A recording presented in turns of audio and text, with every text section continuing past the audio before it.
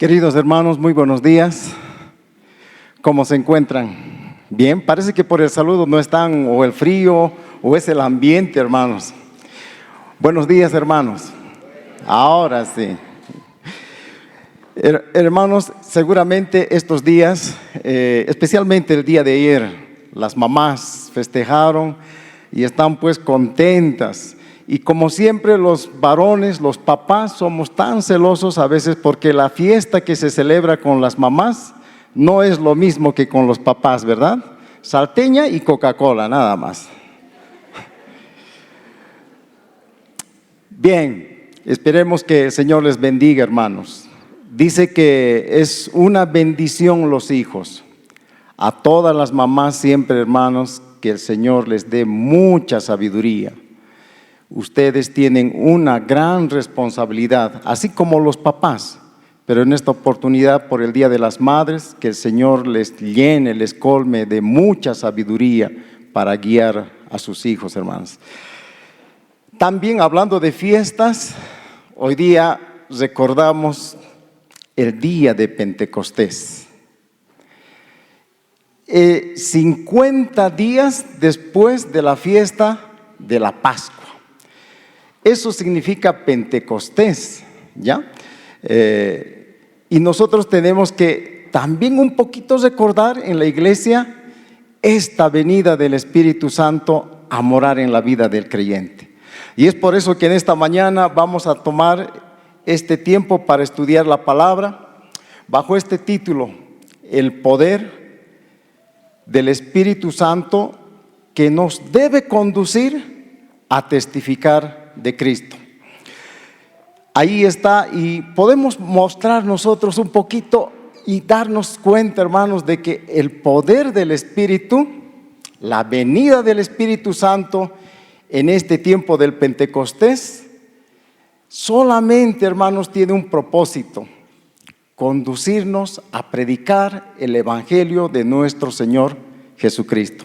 Sobre este tema vamos a hablar en esta mañana y voy a pedir que todos abran sus Biblias en el libro de los Hechos, capítulo 1. Alguien dijo de que, bueno, a veces no es bueno tener la pantalla, la palabra del Señor, porque ya no venimos con Biblias. Ya no importa si a veces tenemos la Biblia en la aplicación del celular, amén, debemos traerlo, no importa. Pero traigamos, abramos, estudiemos la Biblia, hermanos. Yo recuerdo cuando antes en las iglesias nos hacían levantar la Biblia, ¿no? ¿Cuántas visitas? ¿Cuántos somos en la iglesia? ¿Cuántos niños? ¿Cuántos jóvenes? ¿Cuántos adultos? Etcétera, etcétera. Pareciera que era un diagnóstico cada domingo de la iglesia. Pero también nos decían: ¿cuántos han traído sus Biblias? Levanten su mano. Y era justamente para estudiar y meditar en su palabra. Los que tenemos Biblias vamos a abrir en Hechos capítulo 1, versículo 1 adelante. Y vamos a dar lectura. Así que la próxima, hermanos, traigamos Biblias. Pero por ahora vamos a tener la palabra proyectado aquí en la pantalla. Dice: en el primer tratado, oh Teófilo, hablé acerca de todas las cosas que Jesús comenzó a hacer y enseñar, hasta el día en que fue recibido arriba, después de haber dado mandamientos por el Espíritu Santo a los apóstoles que había escogido, a quienes también, después de haber padecido, se presentó vivo con muchas pruebas indubitables, apareciéndoseles durante 40 días, hablándoles acerca del reino de Dios. Versículo 4. Y estando juntos, les mandó que no se fueran de Jerusalén, sino que esperasen la promesa del Padre, la cual les dijo: oísteis de mí, porque Juan ciertamente bautizó con agua, mas vosotros seréis bautizados con el Espíritu Santo dentro de no muchos días. Versículo 6. Entonces los que se habían reunido le preguntaron, diciendo: Señor, ¿restaurarás el reino de Israel en este tiempo?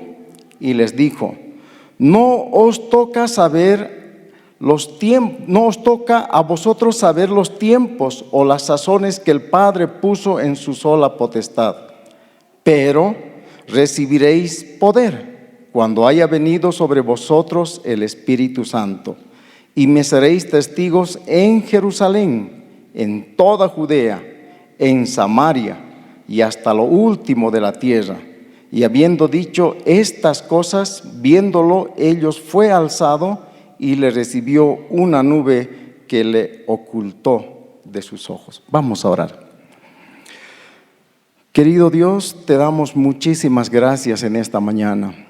Estamos reunidos acá, Señor, recordando lo que un día tú enviaste a tu Espíritu, el Consolador, para darnos, Señor, el acompañamiento en la misión que tú tienes para cada uno de nosotros, para tu iglesia, el predicar y testificar de tu Hijo, la salvación para la humanidad. Padre, queremos meditar en este pasaje. Ábrenos la mente, el corazón, y predisponemos, Señor, para obedecerte y también para hacer tu palabra. Bendice, Señor, este tiempo. Te lo rogamos en el nombre de tu Hijo Jesús. Amén. Estamos en un ambiente muy interesante, hermanos. ¿Les gusta este ambiente? Es bueno, ¿no? ¿Cuántos quisieran para la iglesia como este ambiente? ¿Cuántos quisieran mejor que este ambiente? Amén. En la iglesia, hermanos, nos hemos trazado de que en estos 5 años, vamos a crecer y debemos crecer aperturando una iglesia en estos 5 años, hermanos. Amén.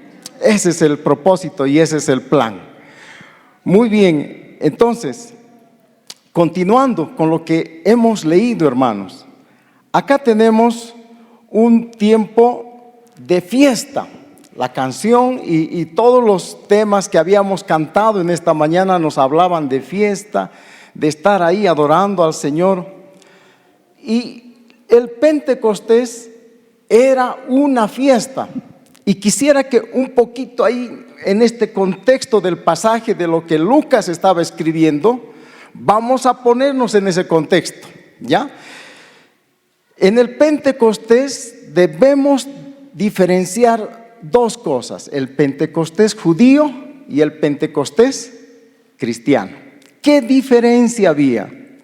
El Pentecostés judío recordaba la celebración que hacía, incluso hasta el día de hoy, del pueblo judío, cuando Dios les dio las tablas de la ley. Dios hizo un pacto único con Israel a perpetuidad.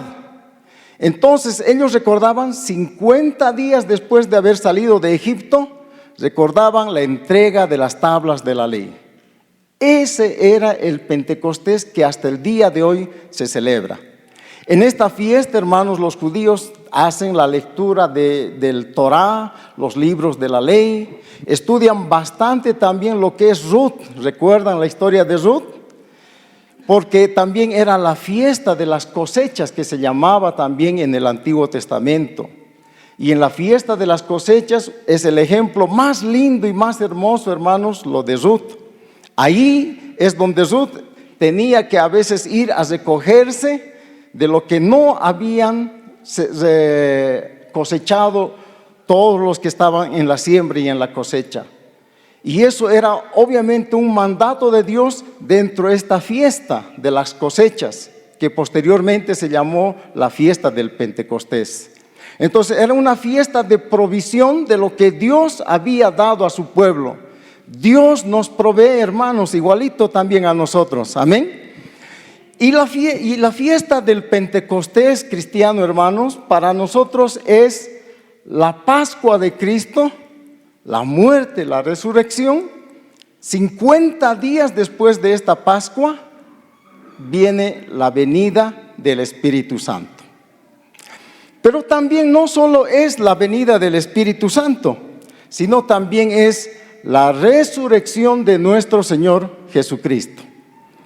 Ustedes leen la palabra y nos dice que toda esa Pascua del judía del Antiguo Testamento era una sombra a la verdadera Pascua, al verdadero Pentecostés que el Señor traía a su pueblo. Ese es el contexto del pasaje que hemos leído. El autor del pasaje es Lucas. Él se estaba dirigiendo a un hombre que se llamaba Teófilo. Y por cierto, Teófilo significa amado de Dios, amigo de Dios, el que ama, Dios al que ama, perdón. Ese personaje, hermanos, no se ve en la historia quién era, qué hizo, no se menciona, pero sí se menciona de que era posiblemente un hombre con mucho cargo, título, ahí por eso en su primer libro Lucas le dice, oh excelentísimo Teófilo, dar a conocer de que él tenía un rango posiblemente dentro del ejército romano, ¿ya? Entonces, Lucas, cuando se dirige en Hechos, el autor de este libro, menciona tres cosas muy importantes como un resumen total de su evangelio. Está haciendo aquí una parte introductoria y van a disculpar que a veces no lo veo por acá. Ahora sí. Está haciendo un resumen de la vida de Jesús. Él había escrito, hermanos, todo lo que Jesús había hecho en esta tierra, desde su nacimiento, cómo él también contó la genealogía de Jesús, cómo también él hizo sus obras, sus milagros, cómo había tratado con sus discípulos, hasta su ascensión. Y en el momento de su ascensión, hermanos, por 40 días estaba Jesús con sus discípulos, dándoles las instrucciones últimas que debían cumplir para llevar adelante el ministerio que Él les dejaba. Entonces, vamos a ver en esta parte donde dice ahí, voy a leer por acá, voy a tratar de leer. Dice, en el primer tratado, oh Teófilo, hablé acerca de todas las cosas que Jesús comenzó a hacer y enseñar. Todas las cosas que Jesús comenzó a hacer y enseñar. Miren, hermanos, para enseñar creo que hay que vivirla, ¿no? Hay una relación fuerte en lo que es la enseñanza y también en lo que uno practica esa enseñanza. Esa coherencia, esa relación directa, hermanos, la tenía Jesús. Y por eso Él tenía toda la autoridad moral y espiritual para enseñar la palabra y también llegar hasta el fondo con la palabra en sus discípulos cuando les enseñaba. ¿Esto hace falta hoy en día, hermanos? Tenemos la creencia, hermanos, en Jesús, predicamos y hacemos también lo que predicamos.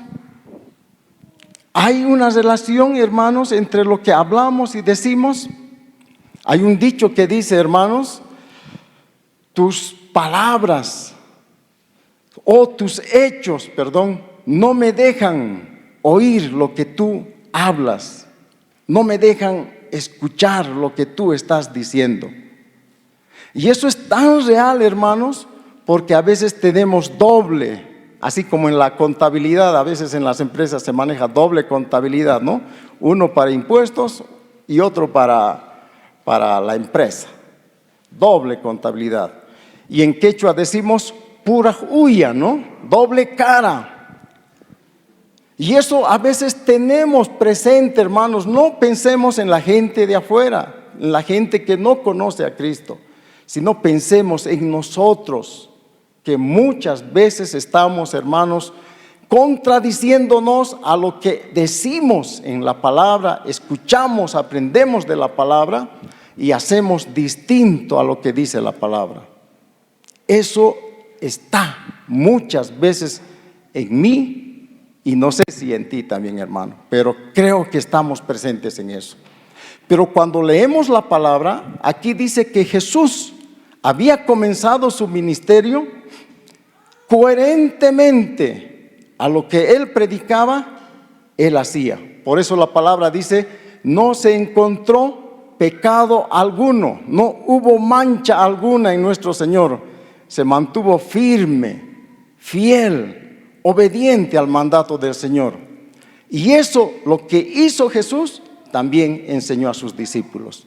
Ahora, ¿qué es lo que hizo Jesús? ¿Cuál fue el ministerio principal de Jesús en esta tierra? ¿Él vino porque quería estar con nosotros, con su mundo, con su creación? No. Dios le encomendó un ministerio que debía cumplir. Y ese ministerio, hermanos, desde la creación del universo, el enemigo lo destruyó. El día martes, el anterior martes, estuvimos con las hermanas en la iglesia y comentábamos y un poquito estudiábamos la palabra del Señor, de que todo lo que Dios creó, viene el enemigo y lo destruye. La creación es un caso de esos. Pero también decíamos a las hermanas, la familia es una cosa que Dios instituyó y el enemigo viene y lo está destruyendo. Y hermanos, para mantener eso, nosotros, hermanos, mantengámonos firmes en la palabra del Señor. Lo que la palabra enseña, hermanos, hagamos. No seamos oidores solamente, sino hacedores de la palabra de Dios. Jesús esto enseñó a sus discípulos. Y en este transcurso, hermanos, Él vino a cumplir una misión. Y esa misión era establecer un plan de redención a la humanidad. Un plan para salvar lo que el enemigo destruyó y había que restaurarlo. Y ese plan, hermanos, estaba en la vida de nuestro Señor Jesús. Entonces, Él vivió, Él les habló del reino de Dios. Él les habló de lo que Dios iba a hacer también con el pecado y con lo que ya había determinado aquellos que no estaban con la fe del Señor. Había un castigo y eso Jesús vino a decir, el hombre necesita de salvación. Y esa salvación, ese camino, decía, soy yo, decía Jesús. Entonces, Él vino a establecer un plan de redención a la humanidad y eso les comisionó a los discípulos.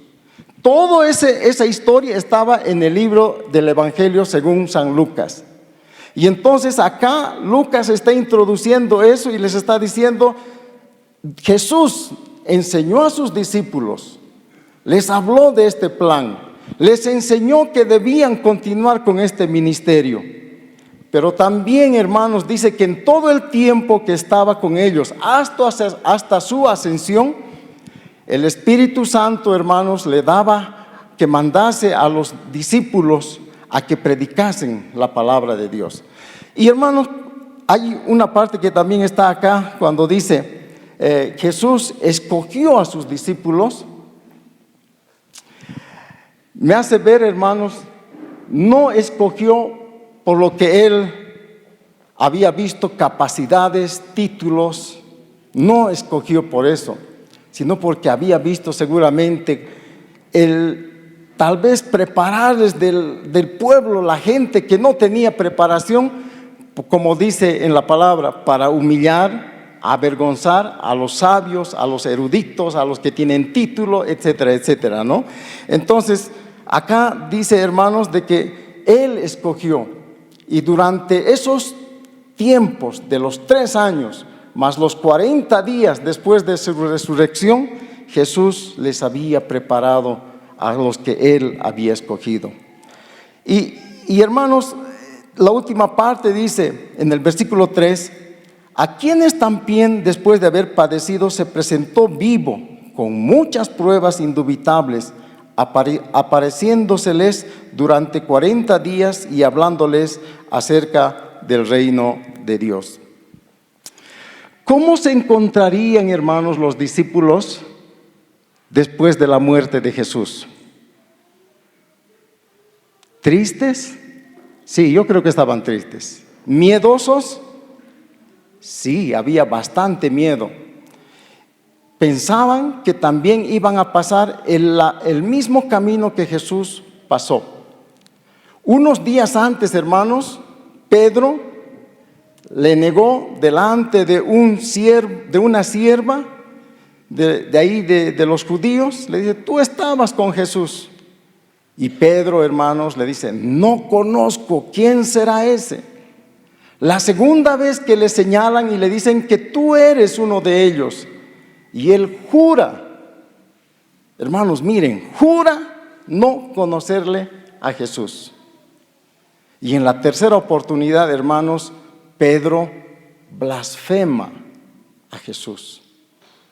Le niega, jura contra Jesús, lo blasfema a Jesús. Temor a lo que Jesús estaba pasando. Entonces, cuando ellos estaban ahí, hermanos, Jesús se les apareció ahí con vida para restablecer, para fortalecer la fe.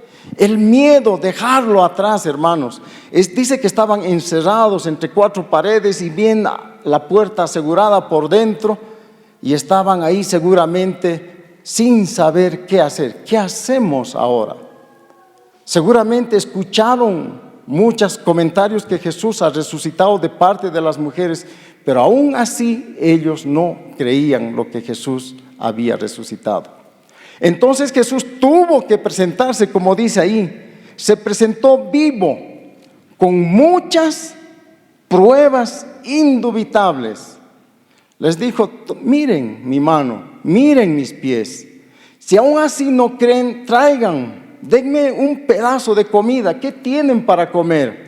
Y le trajeron, dice, un pescado y un panal de miel, y empezó a comer Jesús.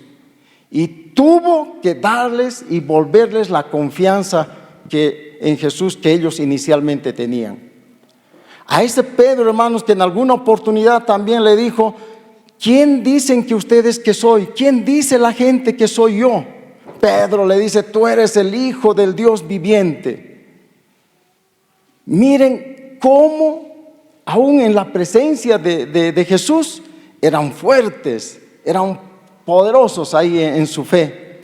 Pero en el momento de la prueba, hermanos, cuando tenían que dar el examen, estaban desmoralizados, miedosos, negándole a Jesús.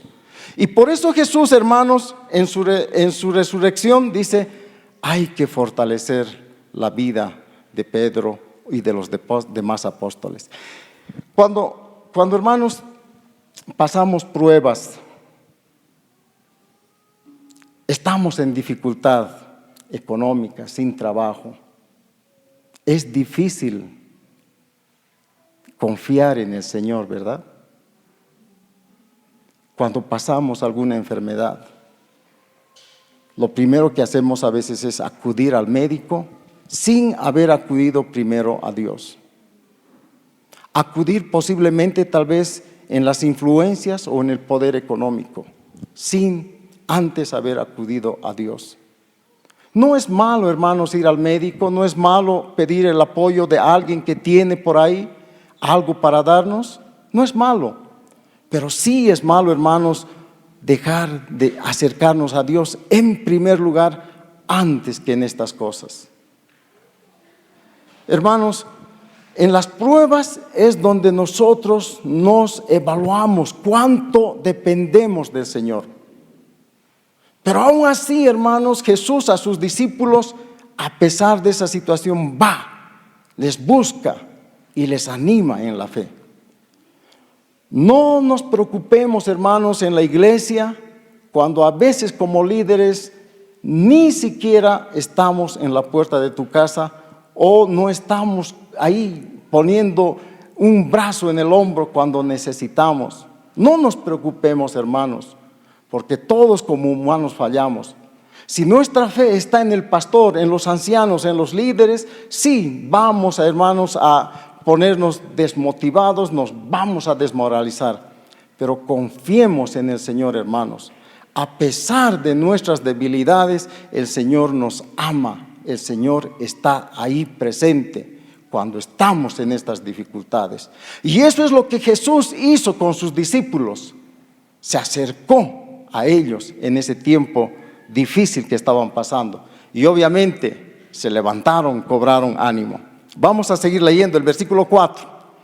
Dice la palabra: y estando juntos, les mandó que no se fueran de Jerusalén, sino que esperasen la promesa del Padre, la cual les dijo: oísteis de mí, porque Juan ciertamente bautizó con agua, mas vosotros seréis bautizados con el Espíritu Santo dentro de no muchos días. La promesa del Espíritu Santo, la venida.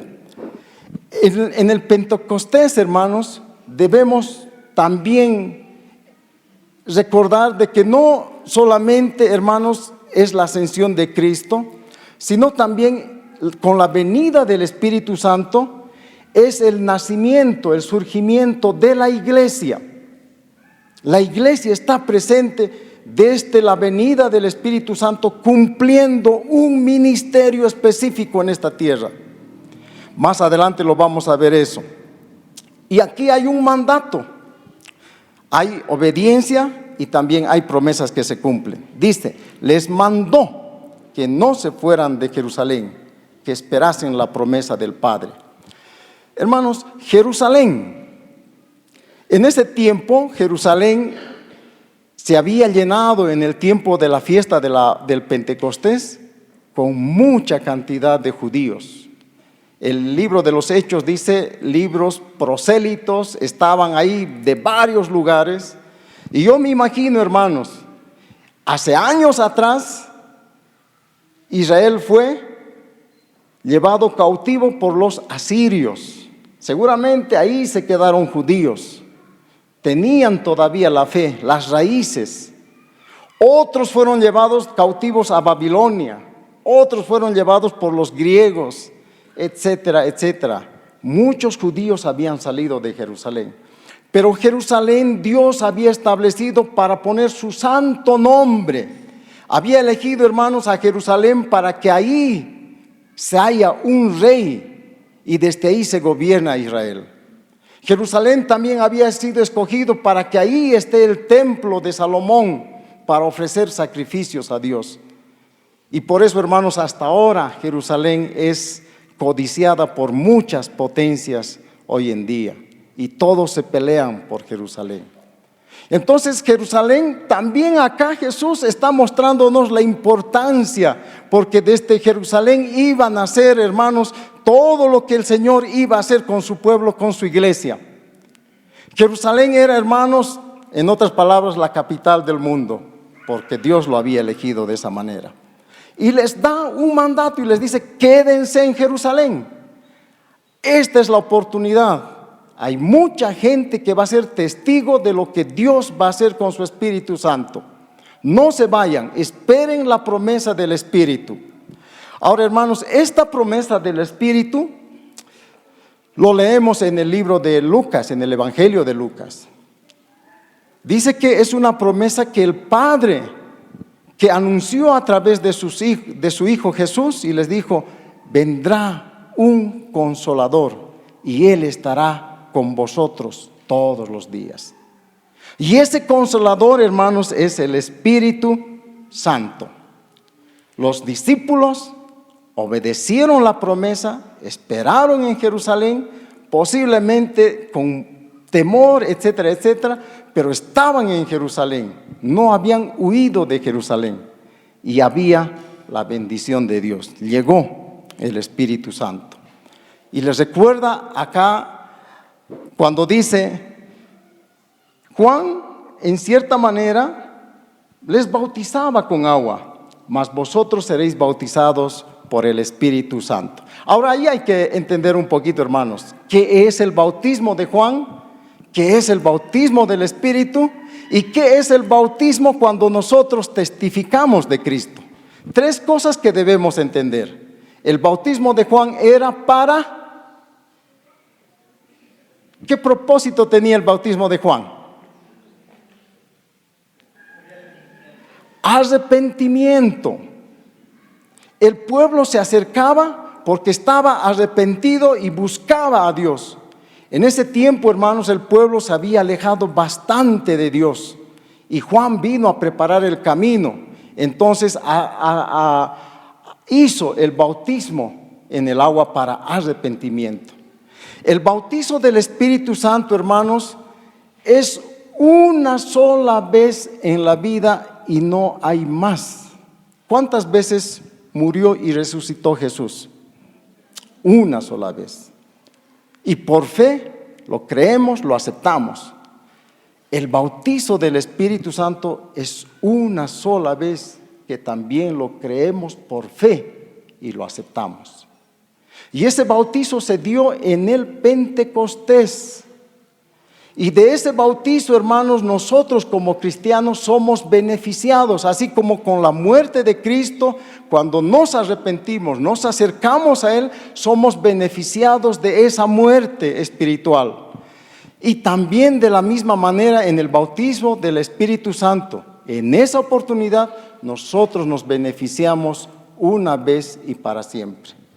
Entonces, ¿podemos buscar el bautizo del Espíritu Santo? Hay algunas corrientes dentro de la iglesia cristiana que a veces se busca, se ayuna, se ora y se hace una búsqueda. Bautízame, bautízame. La palabra del Señor nos dice, hermanos, que el bautizo del Espíritu Santo es una sola vez y no hay más. Es el arras de nuestra salvación. Es el sello que Dios puso en tu corazón, en mi corazón, en el momento en que nosotros hemos creído en Jesús. En ese momento fuimos bautizados con el Espíritu Santo. Entonces, ¿hay una diferencia con la llenura del Espíritu Santo? Sí, hay una diferencia con la llenura del Espíritu Santo. Y ese es un proceso que nosotros, hermanos, día a día lo buscamos al Señor. El bautizo, hermanos, sucedió una sola vez y está ahí en nosotros. Pero la llenura del Espíritu Santo sí. Por eso Pablo dice, no os embriaguéis con vino, antes más bien sean llenos, busquen, sean llenos del Espíritu Santo. Y eso Jesús está hablando aquí a los discípulos. Juan les bautizó para el arrepentimiento. Ustedes van a ser bautizados en el Espíritu Santo. Y eso es lo que deberían haber esperado, decía Jesús a sus discípulos. Pero para terminar esta parte, el bautizo, hermanos, cuando nosotros tenemos aquí en la iglesia, ¿es el bautizo de arrepentimiento o es el bautizo del Espíritu Santo? Ninguno. El bautizo que nosotros hacemos, hermanos, es para testimonio, para testificar de nuestra fe, de nuestra creencia, de decirle, Señor, yo creo y quiero demostrar al mundo entero lo que tú has hecho por mí. Me diste la salvación y por eso yo voy a testificar en el bautizo del agua para que muchos sepan que yo te amo, Señor. Muchos dicen, ¿por qué no te bautizas? Bueno, todavía, solamente voy a asistir a la iglesia y todavía. Pero creo que estamos cometiendo una desobediencia, porque el bautizo, hermanos, es fruto de lo que nosotros creemos y es un mandato de Dios, de testimonio. No salva el bautizo, no nos hace más espirituales porque vamos a recibir el Espíritu Santo ahí, no, solamente es testificar de lo que creemos al mundo entero. Y en el bautizo, hermanos, es acto público. ¿Recuerdan Jesús en el río Jordán? Todo el mundo lo veía. Y cuando nosotros, si un momento, hermanos, tú decides bautizarte, y es creo que tiempo para planificar un bautizo en la iglesia, ¿no? ¿Amén? ¿O no? Amén. Tenemos que buscar un espacio en la iglesia para buscar un tiempo de bautizo. Y aquellos que realmente quieren bautizar, no sé si están levantando ya la mano para bautizar, pero es necesario vivir en obediencia y dar testimonio del Señor. Es un acto público. Entonces Jesús les dice a sus discípulos, si bien Juan bautizaba con agua, pero ustedes en poco tiempo van a ser bautizados con el Espíritu Santo para llevar un ministerio que él tenía en mente. Vamos a ir al versículo 6. En el versículo 6, hermanos, leemos: entonces los que se habían reunido le preguntaron diciendo: Señor, ¿restaurarás el reino a Israel en este tiempo? Y les dijo: no os toca a vosotros saber los tiempos o las sazones que el Padre puso en su sola potestad, pero recibiréis poder cuando haya venido sobre vosotros el Espíritu Santo, y me seréis testigos en Jerusalén, en toda Judea, en Samaria y hasta lo último de la tierra. Miren, hermanos, le preguntaron los discípulos, así como tal vez nosotros que amamos a veces a nuestro país, ¿no? Si nuestro país estaría tal vez bajo el mando de algún otro país, nosotros, nuestra nacionalidad, diríamos: Señor, restaura nuestro país, Bolivia, saca de esto, etcétera, etcétera. Muy al margen de que en esos 40 días Jesús también les había hablado del reino de Dios, todavía surge una pregunta en los discípulos y les dice: ¿restaurarás el reino de Israel? Jesús hasta ese entonces, hermanos, estaba señalando un tiempo de cumplimiento de la ley, que había que cumplirlo. Dios había establecido un reino en la tierra, el reino o un pueblo, Israel, y que en ese pueblo, hermanos, había establecido leyes, y este mandamiento estaba. Por eso muchos decimos el tiempo de la ley, y a partir del Espíritu Santo, la venida, el tiempo de la gracia. Dos dispensaciones muy interesantes. El tiempo de la ley fue cumplida por el Señor y fue clavada en la cruz, y nos dio la gracia, su Espíritu. Ya no las tablas de la ley escrita en piedra, sino escrita en nuestros corazones a través de su Espíritu Santo. ¿Ya? Entonces, dice: ¿les restaurarás este reino, Israel? Y Jesús les responde: no les toca saber a ustedes. Está en la potestad del Padre hacer sus tiempos y, como dice ahí, ¿no?, y sus sazones. Está ahí lo que el Padre tiene determinado. Sin embargo, miren esa palabra pero, ¿no? No les deja tan sueltos con esa inquietud, con esa cuestionante, sino les dice: sin embargo, pero no estén del todo tristes. Recibiréis poder y me seréis testigos en Jerusalén, en Judea, en Samaria y hasta lo último de la tierra. En la ascensión de Cristo, hermanos, Jesús está mostrándoles un mandato. Miren, hermanos, es un mandato de Cristo a sus discípulos. Pero recibiréis poder del Espíritu Santo y me seréis testigos. Ahora, hermanos, cuando yo veo esa palabra testigos, realmente es fuerte. Esta palabra testigos, hermanos, viene traducida de la palabra mártir. Recibiréis poder y serán mártires. Aparte de anunciar, aparte de dar a conocer el mensaje que Dios quiso dar a la humanidad, el mensaje de salvación, les estaba diciendo: tienen que ser mártires.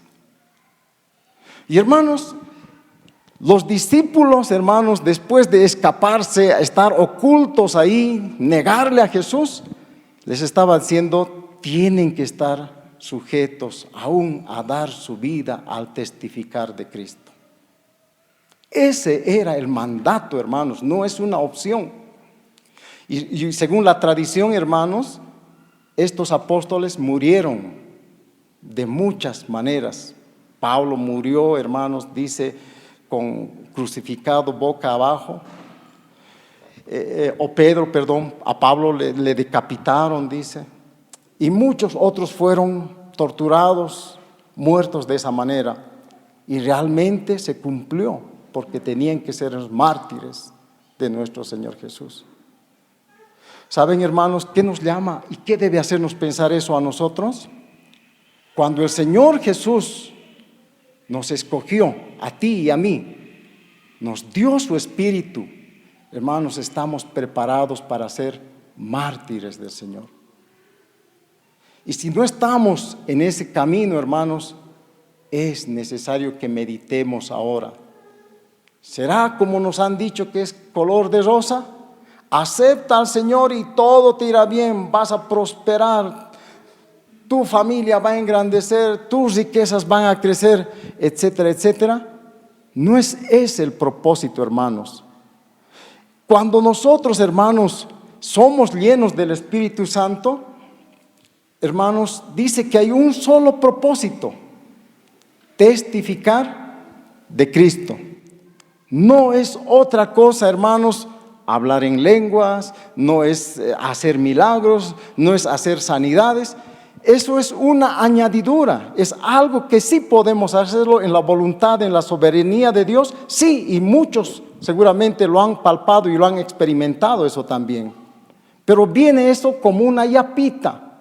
Pero lo esencial, el propósito principal de la venida del Espíritu, de lo que Dios puso en nuestros corazones, de los creyentes, su Espíritu, hermanos, es testificar de Cristo la salvación a toda la humanidad. Y cuando dice ahí, hermanos, Jerusalén, Judea, Samaria y hasta lo último de la tierra, realmente es muy interesante lo que el pastor Fernando mencionó en una oportunidad, y quiero recalcar esto. Es fácil, hermanos, hacer evangelio, hacer misiones donde no nos conocen. Ir allá e ir allá. Y yo sé que la iglesia va a ir de misiones o de evangelismo a Arque el próximo mes. Y todos los que quieran estamos invitados para poder acompañar, para poder dar, para poder proveer y que la palabra se predique. Amén. Vamos a hacerlo, hermanos, porque es nuestro deber. Pero a veces, hermanos, no queremos evangelizar en casa. A mi hermano, a mi suegro, a mi suegra, a mi vecino, ahí donde estamos en Jerusalén, porque ellos nos conocen tal cual somos. Y si nos escuchan hablar de Jesús, seguramente no lo van a creer y van a decir: ay, milagro, gracias a Dios. Pero, hermanos, es la tarea principal iniciar este evangelismo en casa, Jerusalén, y posteriormente a las naciones. Miren, hermanos, tan importante es el mandato de ser testigos de Cristo, iniciando en casa, hermanos, con los hijos. Los hijos aprenden, hermanos, y van a tomar la palabra, hermanos, cuando nos ven a nosotros como padres, obedeciendo y viviendo la palabra de Dios conforme a sus mandatos. De lo contrario, hermanos, siempre vamos a tratar posiblemente, tal vez, de ir allá donde no nos conocen. Y eso es lo que acá Jesús les está diciendo: seréis testigos primeramente en sus vidas, en sus casas, en su barrio y posteriormente afuera. Quiero terminar, hermanos, con esta pregunta. Hoy en día la iglesia dice que cumple 3 ministerios muy importantes. En la venida del Espíritu Santo, en el Pentecostés, la iglesia inició. Y entre esos 3 ministerios desde el Pentecostés, dice que la iglesia debe adorar a Dios. Esa es una de las responsabilidades de la iglesia.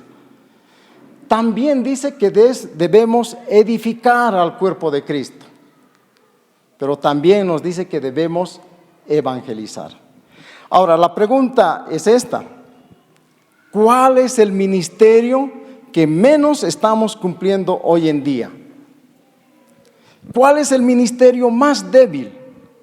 Si bien de estos 3 ministerios salen otras cosas más, pero estos 3 son los principales que debemos hacer como iglesia hoy en día: alabar a Dios, debemos edificar a la iglesia, al cuerpo, y evangelizar. ¿Cuál creen?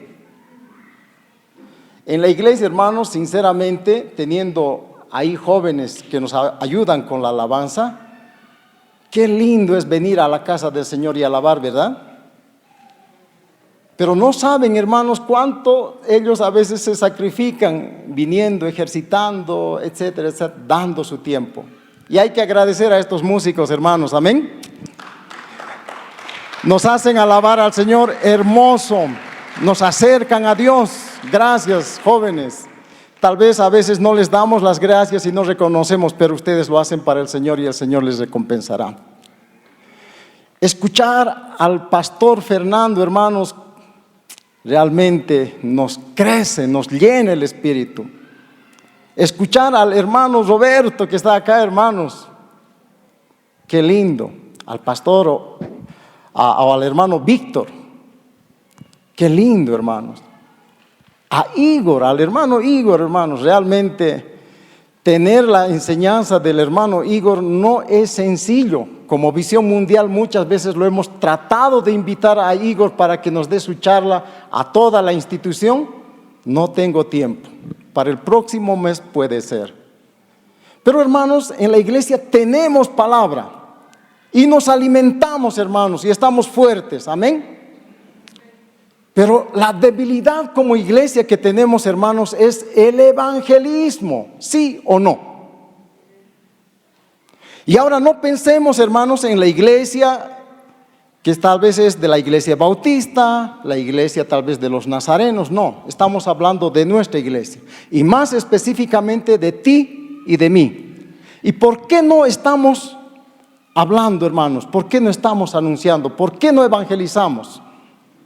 Saben, hermanos, inicialmente porque a veces no conocemos el verdadero mensaje de salvación que Dios nos comisionó. En la ascensión Jesús dijo: y me seréis testigos.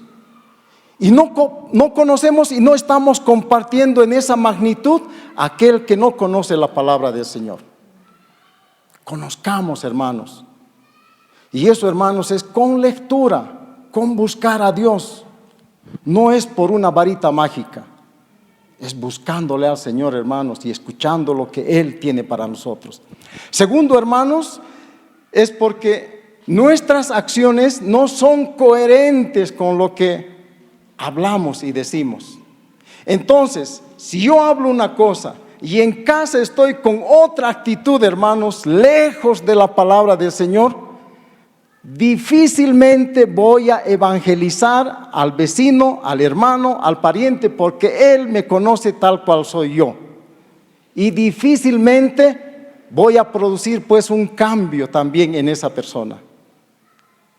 Meditemos, hermanos. Si no evangelizamos es porque también estamos con doble cara en el camino del Señor. Un pie en la iglesia y otro pie, hermanos, no sabemos dónde está.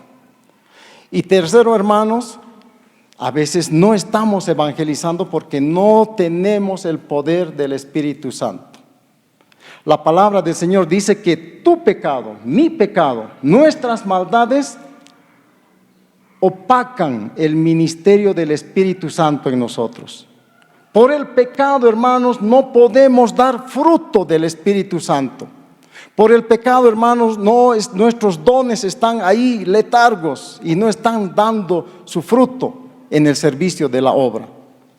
Por el pecado, hermanos, no estamos siendo controlados por el Espíritu Santo. ¿Y Dios quiere utilizarte? Sí. ¿Me quiere utilizar? Sí. Y abramos, hermanos, nuestra mente, nuestro corazón, busquemos. Si bien ya somos bautizados con el Espíritu, todos aquellos que hemos creído en Jesús, pero busquemos también ahora que el Espíritu Santo tome control pleno de nuestra vida. Eso es la llenura del Espíritu Santo. Mientras no seamos llenos del Espíritu Santo, hermanos, el ministerio que tú y yo debemos cumplir, no lo vamos a hacer. No es porque allá hay el poder del Espíritu Santo, vamos allá. Allá dice que están hablando en lenguas, vamos allá. No, hermanos, eso depende de nosotros. seamos llenos del Espíritu Santo. Busquemos al Señor.